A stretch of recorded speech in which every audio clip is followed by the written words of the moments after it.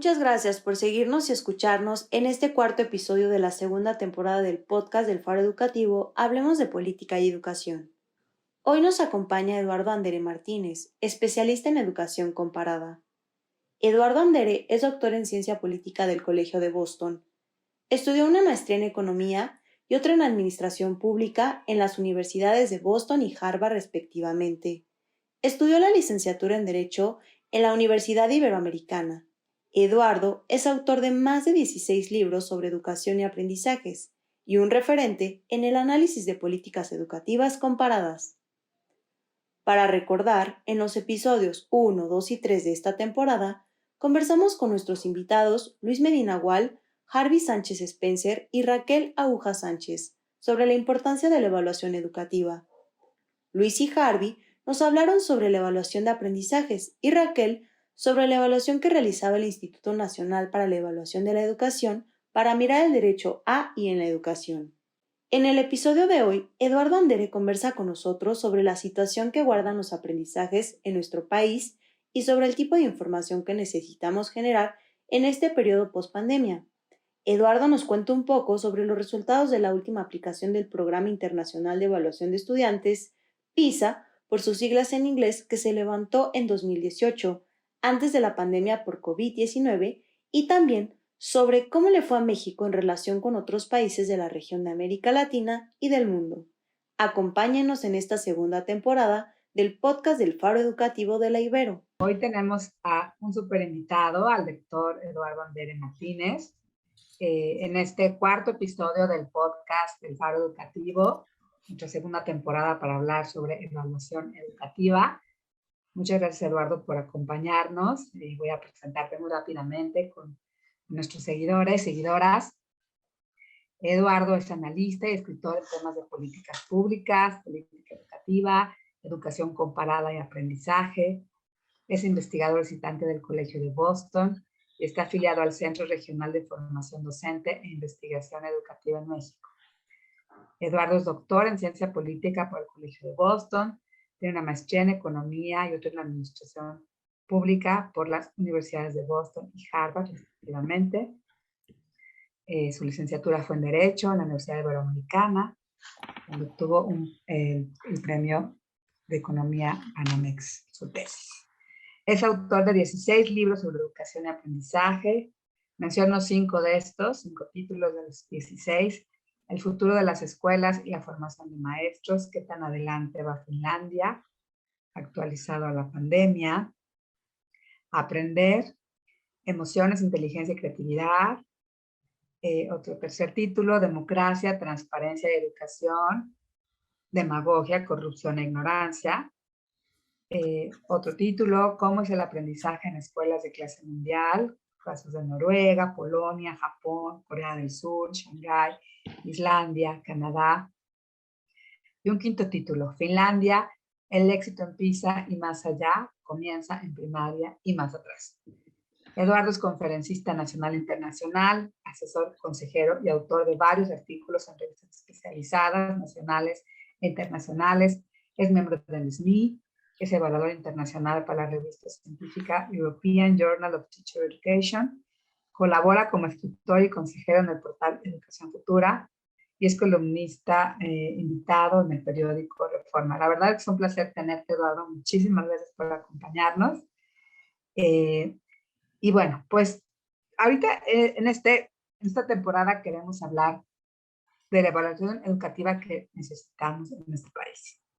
¿Qué datos tenemos sobre el estado de la educación en México y qué retos enfrentamos para producir dichos datos, ¿no?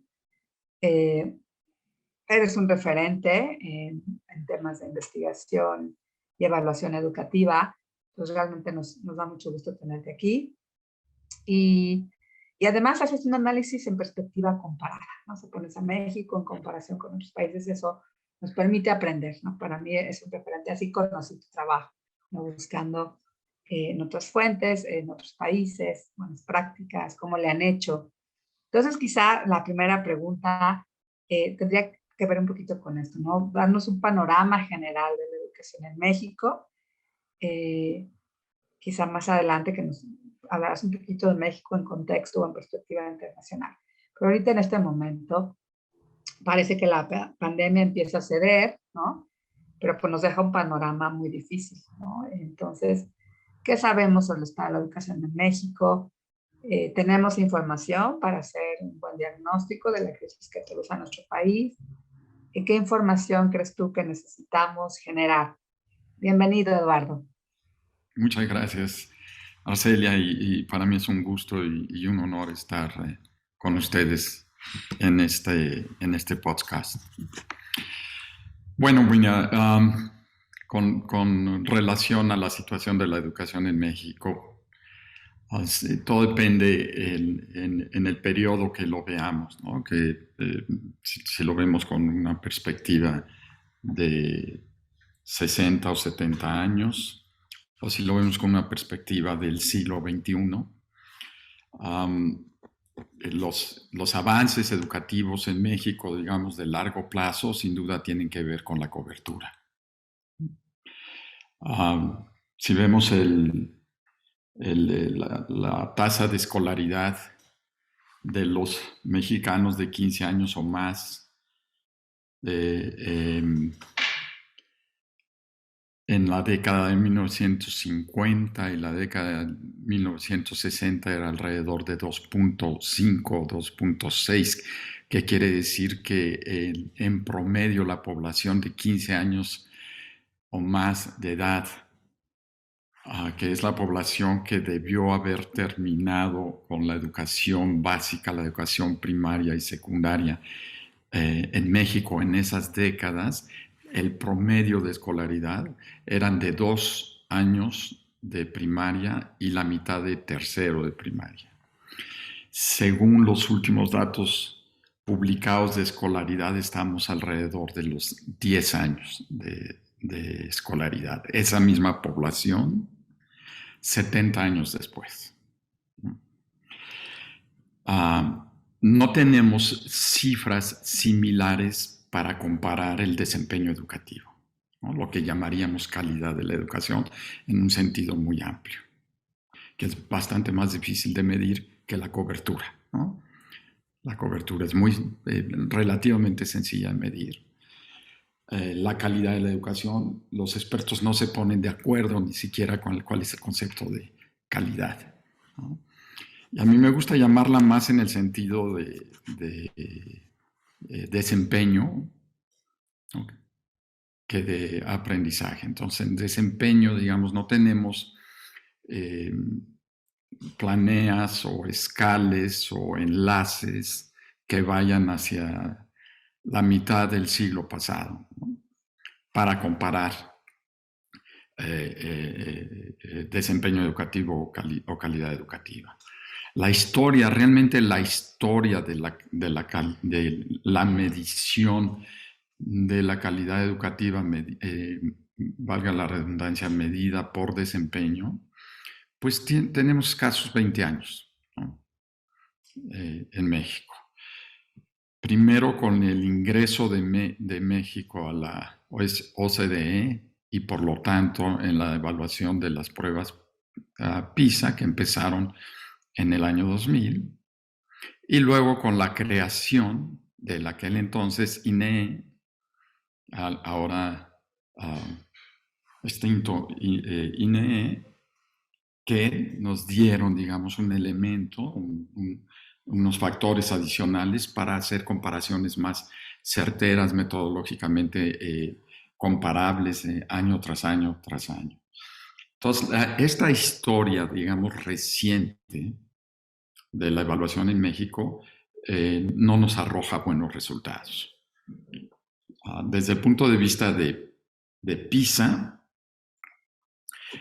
como tú bien sabes, pues tenemos más o menos una situación estancada, ¿no?, con ligeras mejoras en algunas áreas, crecen en algunos años o trienios, ¿no?, porque PISA hasta el 2018 se evaluaba cada 3 años, se suspende por la pandemia, pero bueno, cada 3 años aumentábamos en algo, disminuíamos, pero en términos generales más o menos estamos en el mismo nivel de desempeño. Y siempre es por debajo del promedio de la OECD y en los últimos lugares, ¿no? Reciente, en la última evaluación de PISA, nos colocamos en el último o penúltimo lugar, dependiendo del área de evaluación, gracias al ingreso de Colombia a PISA. Y entonces, bueno, desde ese punto de vista, más o menos nos ubicamos en el mismo nivel que hace 20 años. Con relación a las evaluaciones nacionales, las realizadas, por ejemplo, por la SEP y el INE, la SEP con el famoso enlace, ¿no? Y luego con los más recientes, primero escala, luego enlace y luego planea, y las evaluaciones no universales, sino por muestras del INE, nos dicen o nos marcan que tenemos serios problemas de desempeño en las áreas en las que se evalúa, que normalmente son matemáticas, lectura y ciencias. Y que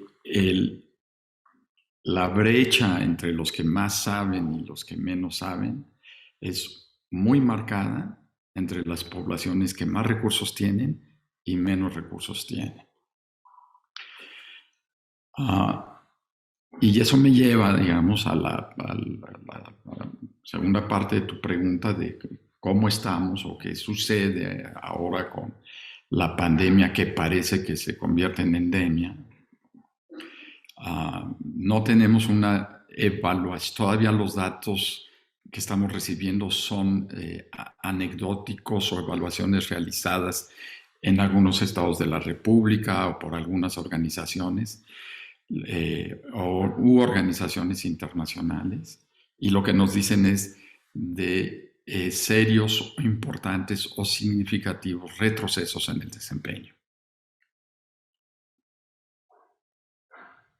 Y no es difícil, o sea, es muy sencillo deducir lógicamente que sí existen estos retrocesos para el promedio de la población. La historia de cómo nos fue en el mundo con la pandemia es dicotómica. Para algunas poblaciones escolares, para algunos países y para algunas escuelas y algunas familias, la pandemia en realidad no los afectó porque estaban preparados desde el punto de vista de capital digital, capital socioeconómico, capital educativo, para transitar más o menos en buenas condiciones de una educación presencial a una educación virtual o digital o a distancia.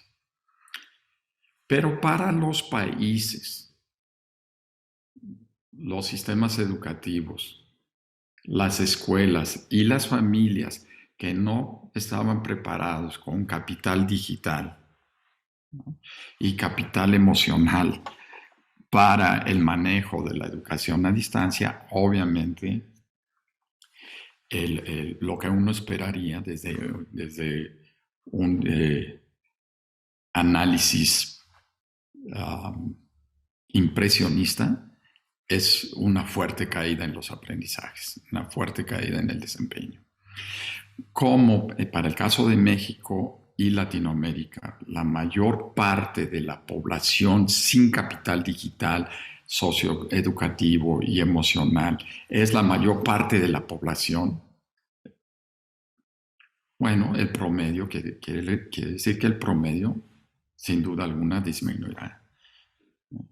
Por ahí existen algunos estudios en Chile que dicen que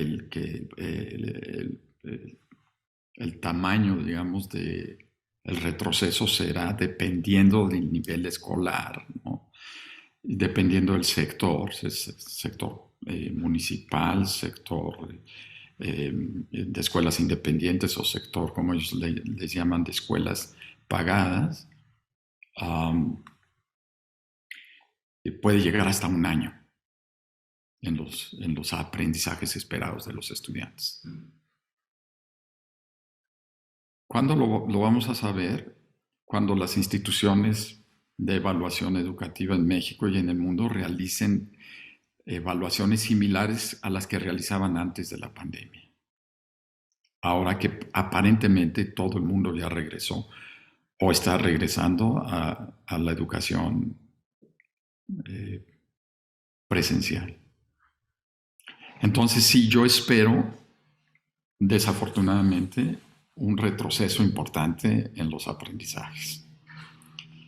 Y yo espero también que países como México, comparados con países como Singapur, Finlandia o los nórdicos en general, o Canadá o Nueva Zelanda o Australia, que estaban preparados para una educación digital antes de la pandemia y que por lo tanto para ellos fue relativamente sencillo transitar de la presencialidad a la digitalización y luego a la presencialidad, yo creo que la brecha va a crecer.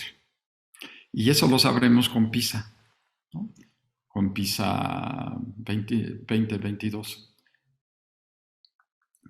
Entonces, bueno, la situación pues no es muy halagüeña, ¿no? Muy buena. Justo, Eduardo, justo quería preguntarte eso, ¿no? Fíjate, nos cuentas 20 años estancados, ¿no? Y eso porque tenemos mediciones hace 20 años en el tema internacional, estas mediciones comparadas, ¿no? A través de PISA o a partir de PISA.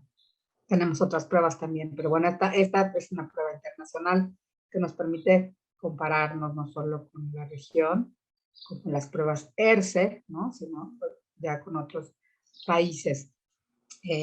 Muy difícil subir algunos puntos, ¿no? Y vamos 2 pasitos para adelante y 3 pasitos para atrás. Quizá ahora vamos a ir muchos pasitos para atrás y es lo que avisoras, ¿no? En el próximo levantamiento de PISA. ¿Qué necesitamos, Eduardo? La verdad es que son muchas cosas, ¿no? Tú haces análisis comparado de sistemas educativos, ¿no? Y sabemos que el factor docente es muy importante, o siempre lo fue, incluso en la reforma educativa pasada se privilegió mucho esa dimensión, ¿no? ¿Cómo? Bueno, pues buscando generar procesos más basados en mérito, ¿no? Para el acceso a la profesión docente y el ascenso, ¿no? En la carrera. Bueno, es un tema muy controvertido, no quiero abundar necesariamente en eso, pero bueno, se habla de que el factor docente es muy importante, la infraestructura en países como los nuestros, en países donde la infraestructura ya es un tema superado, ¿no? En Finlandia y en los países nórdicos, sin duda, ¿no? Y hay muchas otras cosas que importan a la hora del logro, ¿no? Necesitamos generar información. Hablabas de las evaluaciones también en México, de Planea, Escala y Enlace. Hoy no contamos con evaluaciones, ¿no? Entonces, todos son aproximaciones. Hemos hecho algunos ejercicios en nivel, hicimos un ejercicio, desafortunadamente, por las condiciones de la aplicación, no fue un ejercicio representativo, no fue voluntario, en ánimo de generar información valiosa para algunas entidades federativas que se acercaron a nosotros. Y hay otras entidades que entiendo están haciendo sus propios ejercicios, Nuevo León, por ejemplo, también, ¿no? Pero sí, no tenemos información agregada a nivel nacional y hay que esperar al levantamiento de PISA y otro tiempo más para poder tener información que medio sabemos que va a ser para abajo, ¿no? Entonces, ante esta crisis, Eduardo, ¿qué tendríamos que estarle pidiendo al gobierno mexicano, a nuestra autoridad educativa, respecto a la información? Parece ser que las pruebas ahora son señaladas como que es un ejercicio fútil, no son caras, ¿no? Hay otras prioridades. Yo, bueno, soy una defensora de la evaluación y claro, tú también, ¿no? Pero ¿qué podemos esperar en este momento de crisis tan fuerte y sabiendo además que hay otros factores, ¿no? Ya no solo los docentes, el tema de la brecha digital que comentaste, ¿no? Que no la supimos resolver con tiempo y que ahora se ensanchó, ¿no? Y eso agrava la brecha en aprendizajes. ¿Qué tendríamos que estar mirando, ¿no? PISA nos va a revelar otro más aumento de estas brechas, ¿no? Seguramente, ¿no? Pero, ¿qué te preocupa a ti? Seguro muchas cosas, perdón, ¿no? ¿Qué tendríamos que estar haciendo en materia de evaluación educativa, ¿no? Como para medio ponerle orden al diagnóstico, generar información que nos permita, pues, avanzar, ¿no? Salir de esta crisis. A veces me da la impresión de que nuestras autoridades educativas de los últimos 3 o 4 sexenios no entienden bien el problema educativo y no separan el problema educativo del problema pedagógico. Para responder la pregunta qué hacer, primero hay que entender qué es lo que pasa, cuáles son los factores que impactan el fenómeno educativo y el fenómeno de aprendizaje en un país y en las personas. El fenómeno educativo y las causas de los avances o los rezagos son siempre muy complejas y multifactoriales, ¿no? Hay, digamos, un conjunto de factores que tienen que ver directamente con el sector educativo, con el mundo de la educación y las escuelas, que impactan los resultados educativos de la forma en que los queramos medir. Y hay otro grupo de factores que no están directamente relacionados con el mundo educativo, escolar y pedagógico, que también impactan de manera indirecta, pero muy importante, al mundo escolar. Y eso es lo primero que debemos hacer y que debieran hacer nuestras autoridades y expertos gubernamentales en materia educativa, es entender la realidad del fenómeno educativo. Muchos de los problemas de los bajos resultados educativos en México escapan al problema propio de las escuelas y que son, digamos, las barreras para el aprendizaje. La pobreza, por ejemplo, la segregación, la inseguridad, los malos gobiernos. Son problemas estructurales que tenemos que resolver para que la pedagogía funcione en la escuela. Dicho de una manera muy concreta, si un niño o una niña nos llegan al salón de clases golpeados, desnutridos, con tensión tóxica, la pedagogía no puede hacer mucho, o más bien nada. Entonces tenemos que entender que debemos resolver los problemas de pobreza, inseguridad, corrupción a nivel social para ayudarle a las escuelas a hacer su chamba pedagógica. Y a veces me da la impresión de que las autoridades le transfieren a la escuela el tema de resolver los problemas de la sociedad. Y la escuela no cuenta con los instrumentos para resolver los temas de pobreza, de segregación, de exclusión, ¿no? Ahora que la inclusión está tan de moda, digamos, en la retórica gubernamental, no solamente de México, del mundo, ¿no? Y les pedimos a las escuelas, al sistema educativo, a través de las escuelas, que sean completamente inclusivos, con una definición tan amplia de inclusividad, que incluye tantas cosas que escapan a la realidad de la escuela, ¿no? Como las barreras para el aprendizaje, ¿no? Si hace 30 años o 40 años entendíamos los problemas de inclusión como problemas de aprendizaje, capacidades diferentes en el aprendizaje, ahora entendemos la inclusión como un problema de barreras para el aprendizaje. Pero las barreras para el aprendizaje están las barreras estructurales que acabo de mencionar, ¿no? Como pobreza, segregación, inequidad, corrupción, inseguridad, etc. Entonces, por un lado existen ese tipo de problemas que deben ser resueltos por el Estado y la sociedad para facilitar la tarea de las escuelas. Ahora vámonos al mundo directamente relacionado con la educación y las escuelas. Este mundo, digamos, se divide en dos, el mundo de la política educativa y el mundo de la política escolar o pedagógica. En el mundo de la política educativa, sabemos por las pruebas, los análisis estadísticos de las pruebas estandarizadas como PISA, ERCE, TIMSS, PIRLS, Planea, Scale, Enlace, sabemos que hay factores asociados al aprendizaje. ¿Y cuáles son los factores más importantes asociados al desempeño de los niños en estas pruebas estandarizadas como las que acabo de mencionar, incluyendo las de PISA? Lo que identifican los análisis de estos factores asociados es que el factor más importante, ¿no?, que determina el desempeño de las escuelas es la cultura de la escuela. Y la cultura de la escuela no es otra cosa que la sumatoria de las culturas de los hogares de donde provienen los niños. Entonces, ¿cuál es la cultura del hogar? Es extraordinariamente importante para saber cuál es la cultura de la escuela y, en consecuencia, saber cuál es el desempeño de esa escuela. Dicho en términos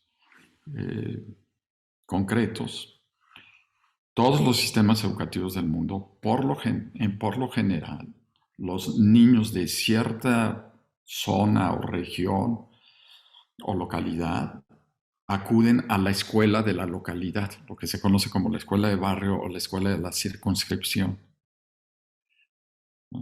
En sociedades segregadas como la mexicana o la estadounidense o la latinoamericana, donde poblaciones de personas con menos recursos viven juntos, acuden a la escuela de la localidad.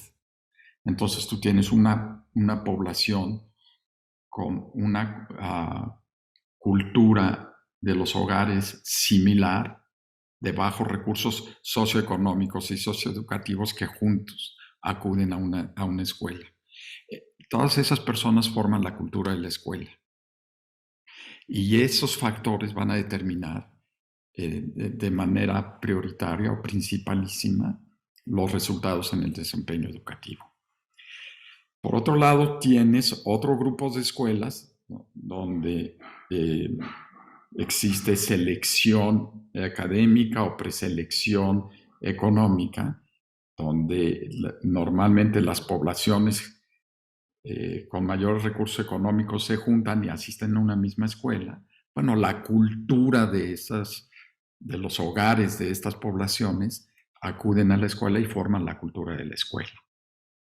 Y si en la cultura de las diferentes poblaciones existe ambientes de aprendizaje propicios, tiempos de estudio, papá y mamá están interesados por la educación de los niños, papá y mamá tienen educación universitaria, papá y mamá leen libros en la casa, papá y mamá hablan un vocabulario amplio y nutrido en la casa, los niños llevan esas culturas a la escuela. Y eso se llama la sumatoria de las culturas de los hogares.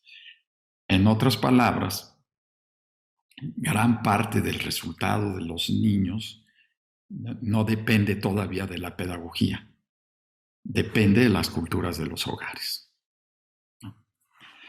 Ahora, dentro de estos factores que impactan el desempeño en las escuelas, que ya sabemos que lo más importante es de dónde vienen los niños, de la cultura de sus hogares, ¿qué factores son importantes para el desempeño? ¿Cuál es el factor más importante propiamente escolar para el desempeño dentro de los factores escolares? Bueno, pues tenemos a los maestros, a los directores de escuela, a los currículos escolares, a la infraestructura escolar, a los materiales educativos. ¿Cuál de todos estos factores propiamente escolares es el más importante para explicar y predecir los resultados de desempeño en pruebas estandarizadas? La calidad de los maestros, por encima de la calidad de los directores, que sería el segundo factor. Y después vienen los factores propiamente pedagógicos, que serían, por ejemplo, los currículos, los materiales educativos y, en última instancia, la infraestructura.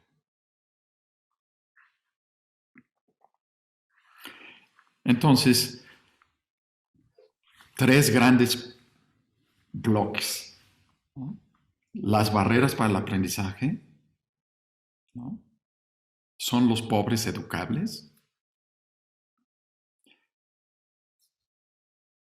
Una sociedad segregada, desigual, insegura, etcétera, ¿es educable desde el punto de vista pedagógico?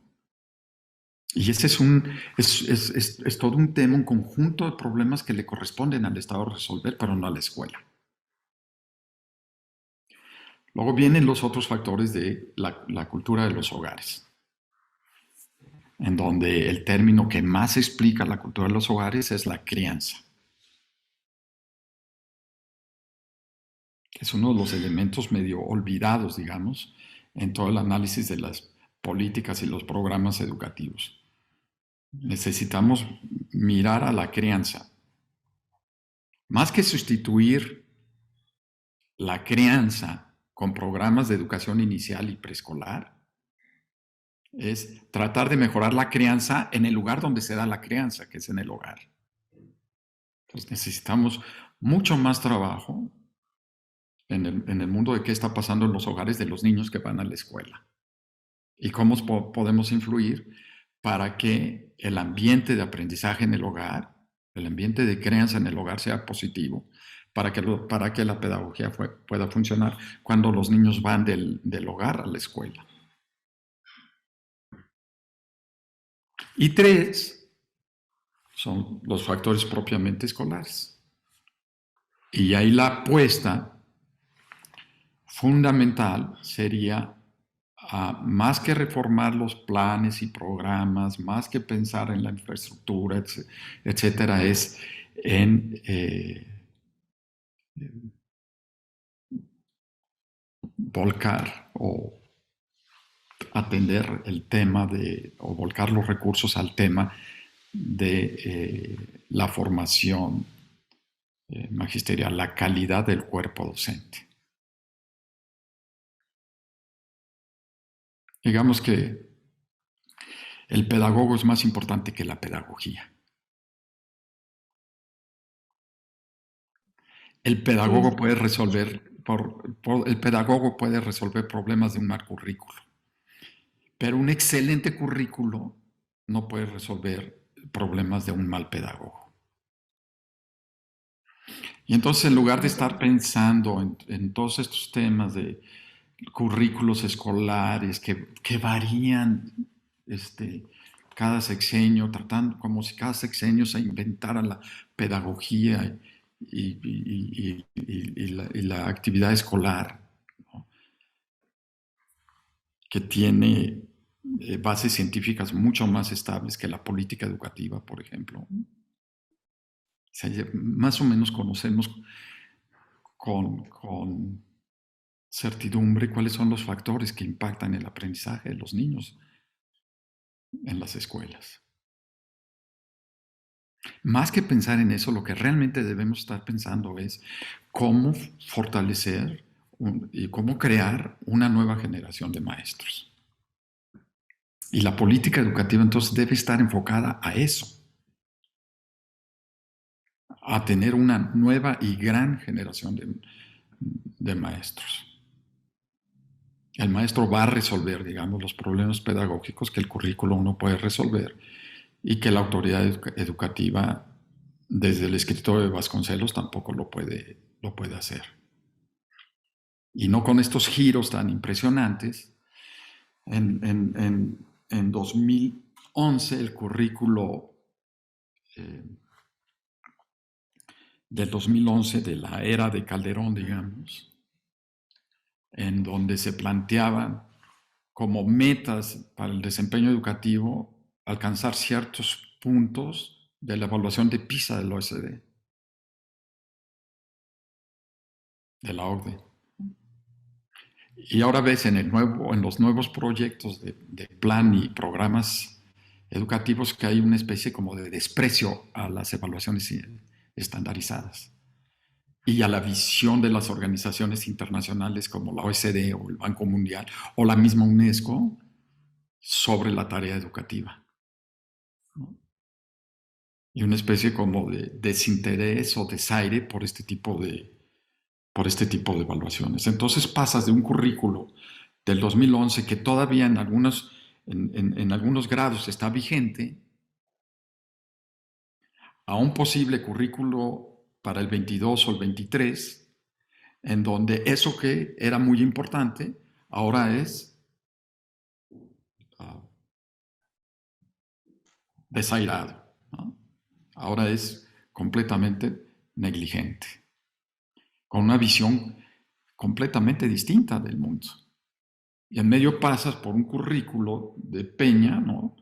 Globalizante, globalizador, reconociendo la realidad global, a un currículo basado en una teoría o en una filosofía decolonial, donde todo lo que huela a pensamiento eurocentrista o liberal es malo. Muy bien, Eduardo. Pues un marco muy completo, ¿no? Desde los temas para entender por qué la educación es tan difícil moverla, porque se relacionan temas familiares, temas sociales, temas económicos, temas emocionales, ¿no? O aspectos, dimensiones, más que temas, dimensiones, con lo que la propia escuela puede hacer, ¿no? Me parece que ha sido muy claro tu explicación y tu planteamiento de lo complejo que es mover el sistema educativo si solo apostamos, particularmente ahora está en discusión una nueva propuesta de modelo curricular, ¿no? Y entonces no termina de aterrizar una propuesta planteada un sexenio anterior, muy al final también, ¿no? Y ya estamos en la discusión de lo nuevo, cuando tenemos enormes problemas en medio, ¿no? Y agudizados por esta crisis en pandemia, en estos dos bloques dicotómicos que tú señalabas, ¿no?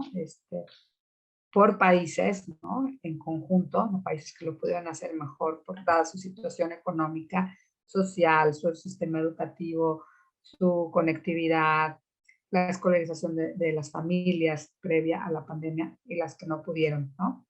Y dentro de un país tan desigual como México, pues también podemos ver estas dicotomías, ¿no?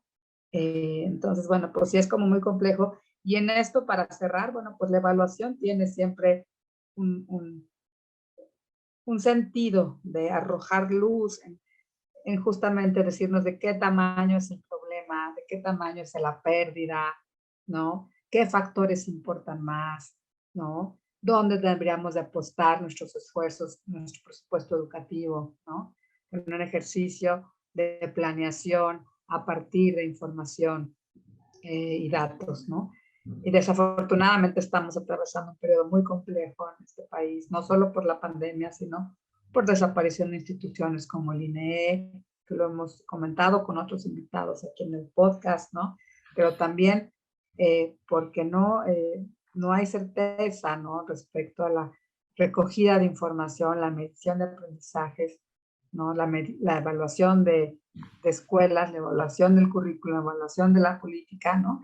Y tenemos como muchos huecos, entonces el escenario se ve, como decías, nada halagüeño, ¿no? Yo te agradezco muchísimo que nos hayas explicado toda esta parte y bueno, pues el panorama es tristísimo, pero bueno, no por eso tenemos que dejar de reflexionar e insistir en la necesidad de contar con información, ¿no? Creo que no sé, solo para cerrar, ¿cuál sería tu valoración? Estamos peor seguramente que en muchos años antes, porque ahora no tenemos ni siquiera información. y cuál es el panorama solo una idea rápida para cerrar, para los próximos 5 o 10 años en materia educativa, Eduardo, para el país? Yo te voy a responder como respondí hace 6 años y hace 12 años a preguntas similares, ¿no? Yo creo que vamos a seguir igual. Yo creo que no le estamos entrando a la raíz del problema, ¿no? Queremos que el árbol crezca regando y limpiando nada más las hojas, pero no regando la raíz, no revisando los cimientos. Entonces yo creo que vamos a seguir más o menos igual, ¿no? Pase o no pase este currículo, ¿no? Porque el currículo no va a resolver los problemas de fondo. El currículo a lo mejor está hablando de una forma pedagógica diferente de hacer las cosas, pero si tenemos al mismo pedagogo haciendo lo mismo, llamándole de diferente manera, y si tenemos los mismos problemas estructurales de base, ¿cómo esperamos que mejore la educación?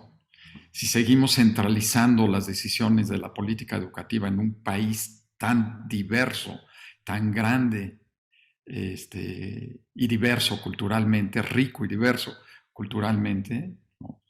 Pues seguiremos platicando más o menos en los mismos términos, ¿no? Yo recuerdo muy bien que cuando salieron los resultados de PISA en 2003, que se publicaron lo que se conoció como PISA 2000-2002, en donde se hace una evaluación adicional de PISA 2000, en donde se agregan varios países de Latinoamérica, y sobre todo después cuando se dan los resultados de PISA 2003 en diciembre del 2004, yo recuerdo a los funcionarios del gobierno de México, incluyendo en aquel entonces al secretario de Educación y al presidente de la República, diciendo, bueno, no estamos bien ahorita, pero ciertamente en PISA 2006 saldremos mejor.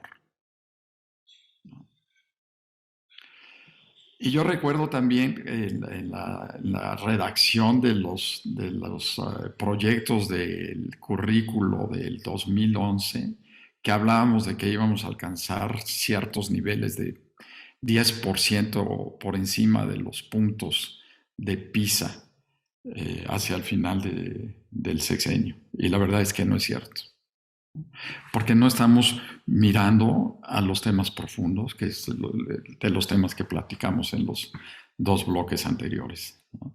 Entonces yo creo que vamos a seguir más o menos lo mismo, y al final del sexenio estaremos hablando otra vez más de los resultados educativos, de que México realmente no sale adelante, etcétera, etcétera, ¿no?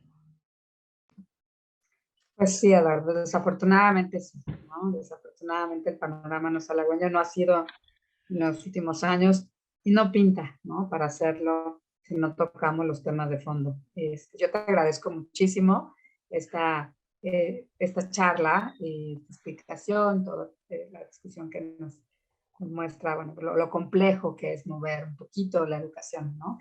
Entonces, pues bueno, lo seguimos esperando a nuestros seguidoras, nuestros seguidores en este espacio, el podcast del Faro Educativo, Hablemos de Política y Educación. Y esta temporada es justamente para hablar de la evaluación educativa en el país, la que teníamos, la que nos hace falta, ¿no? Y la que deberíamos de tener. Pero bueno, ¿Me permites muchísimas gracias, Eduardo. un comentario sí. adicional, pequeño? Sí. En 2003, por ahí de agosto del 2003, publiqué un libro que se llama La educación en México, un fracaso monumental. 10 años después, publiqué otro libro que se llama La escuela rota, que era como, digamos, la evaluación de la educación en México 10 años después de mi primer libro, que era El fracaso monumental. Ahorita estoy preparando un nuevo libro 10 años después, ¿no? Que serían 2003, 2013, para publicarse en el 2023, de cómo está la situación. Y lo que he detectado y descubierto de lo que voy recibiendo es que estamos igual.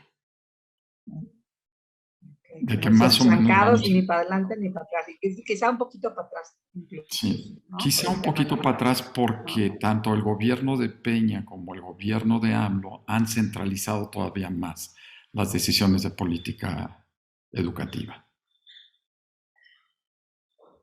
En fin, Pues bueno. podemos estar atentos a tu libro, El Faro, y te vamos a invitar a que sigas platicándonos de esta, bueno, de lo que vas encontrando. La verdad es que el tema da para largo y vamos a seguir insistiendo y vamos a, pues a colocarlo en los distintos espacios y foros donde podamos, ¿no? Y la necesidad de hacer cosas y cambios estructurales y, por supuesto, de evaluar, ¿no?